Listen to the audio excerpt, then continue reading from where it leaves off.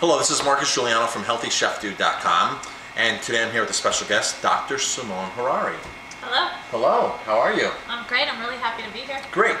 So tell us about yourself, and then we're going to talk about oils. Okay. I am the mother of 3 beautiful little children, and I am the owner and founder of Body of Truth Holistic Spas. Awesome spa. I have been working with essential oils for more than 11 years. I'm a clinical aromatherapist, a 3rd level Reiki master. I'm doctored as a clinical and health psychologist, and a whole bunch of other things that you can find out about when we meet one day. Excellent. So I'm a health fanatic who owns a restaurant, who's always trying to get to the next level of clean food, healthy food, food that's not going to poison you, and just clean food. And I use essential oils as really part of my regime in the restaurant and personally at home to enhance food, health, longevity, whatever you want to say about rejuvenating yourself and using pure clean products. So one of our previous vlogs we talked about one of our favorite brands that we trust wholeheartedly, Young Living Oils. I've used lots of many different oils throughout the years, and I've settled in this over the last 8 years. Really happy with what it does. So I'm going to talk to you about really and you just chime in when you need to here. Okay. I'm going to talk how I use the oils in a restaurant setting or through food applications. Or how we can use them at home in our own kitchens. Exactly, just through food. Now, ginger is one of my favorite. I love this in Asian sauces. We make a teriyaki that we just do 1 or 2 drops. Now keep in mind, these oils go a long, long way, and it's not like saying you have to dump in half the bottle. Now let me just interrupt you right off the bat here. Everything we're talking about today is specifically Young Living essential oils, because we know that they're safe to put in our food. A lot of the oils in this country are not. Right, so that's a very good point. You'll go to the store and it'll say, do not ingest. You're like, well, why? It's ginger or lemon or oregano. Why can't I ingest it is the first thing that pops up in our mind.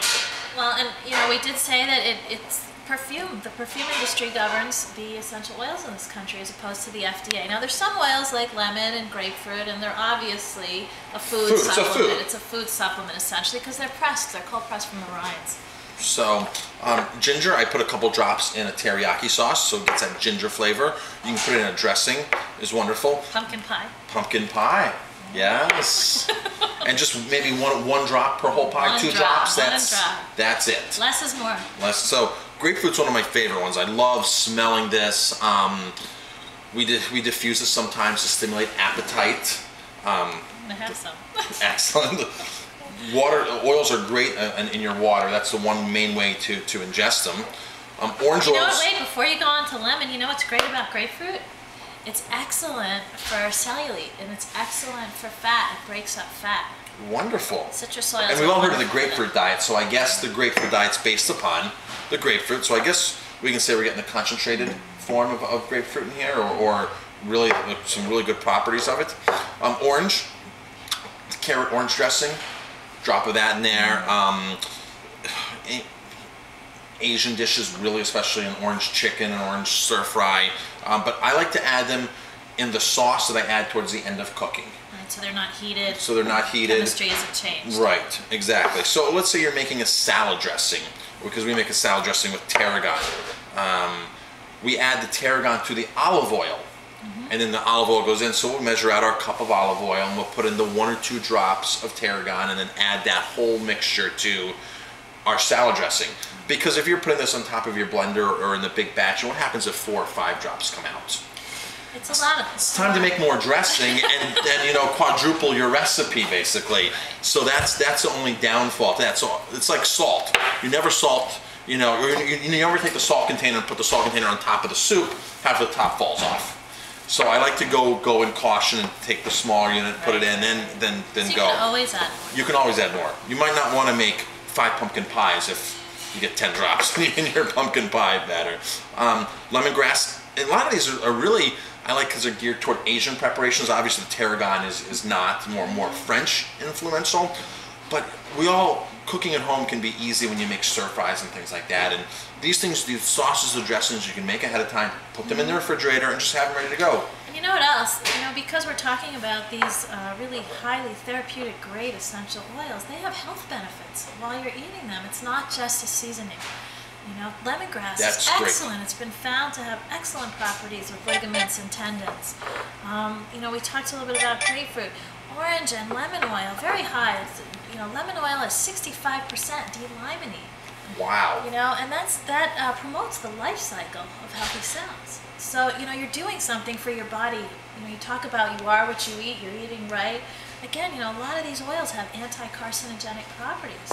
Which is phenomenal.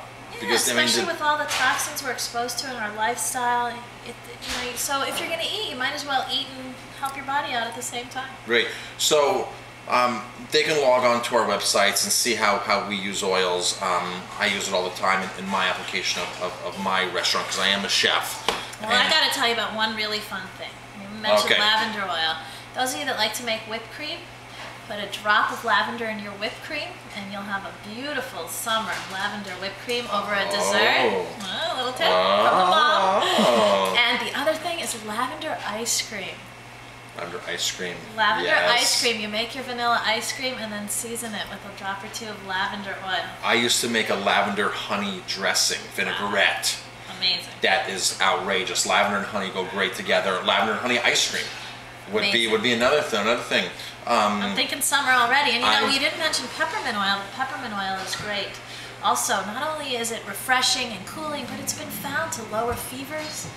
And it's great for digestion. I know that there's a lot of research. Great for digestion. A lot of research. We've been working with, there's a lot of clinical studies going on right now using peppermint during chemotherapy to help with different symptoms that come up as side effects. You know, there's so much research going on here that there's study after study after study that's telling you, giving you strong evidence of why you should be consuming, using, however you want to label it, but you should be using these somehow. There's tons and tons and tons of evidence out there of why plant extracts, things like this, are really beneficial to your health. But remember, they have to be of a quality. You have to know where they came from. You have to know how they've been distilled. You have to know whether it's organic or not. And one of the things, again, and I'll say it over and over again, I have complete confidence in Young Living products because we have our own farms, we know where they come from, and I feel totally safe. My children, my family, that's all they've ever had. You know, there's never been meds in our home, and this is what we use. Speaking about peppermint oil and the fever, our kids, as soon as they get a fever, when they do, rub it on their hands, put it on their feet, and just really hold that peppermint oil to their feet, and it's amazing how quickly that fever comes down. Absolutely. It's and you can amazing. also, you know, 6 months old and up, you can also put it on your hands, let it dry a little bit, apply it to the back of the baby's back, and allow the vapors to just go in. And my 6-month-old, actually, he had a pretty high fever, and I was pretty concerned, and I actually used that peppermint oil every few minutes, and within 15 minutes we were going down, you know, 1 and 2 degrees at a time. So now, we're talking about straight oils here, but Young Living makes blends as well, which is interesting because they have like something called Peace and Calming. And I remember my son, when he was teething, we wrote Peace and Calming on his back, you know, got it on him. He was standing in his crib and he fell asleep standing up. In his crib, fell asleep. He just, that was it, you know. And I said, wow, I guess Peace and Calming works. It does. So there's so much. There's so much we can talk about. This is a tip of the iceberg here when we're talking about Young Living essential oils and really all the blends and applications and the mood enhancers, and really incredible. And you can experiment. You know, you should just get your oils. You can check them out on any of the websites that we've been talking about, and you can experiment yourself and see the flavors that you like. Great. So you can find Dr. Simone Harari on her website, bodyoftruth.com. Very simple. And we also have on Facebook, Body of Truth Holistic Spa page. And you can follow me on healthychefdude.com. I have a link there to follow me on Twitter and my Facebook page. So if you have any questions on essential oils, email us, call us, reach out to us. Absolutely. Make a comment on the blog, and we'll get back together and we'll address. Well, absolutely. We'll be happy to answer questions. So until then, you are what you drink, or you are how you smell.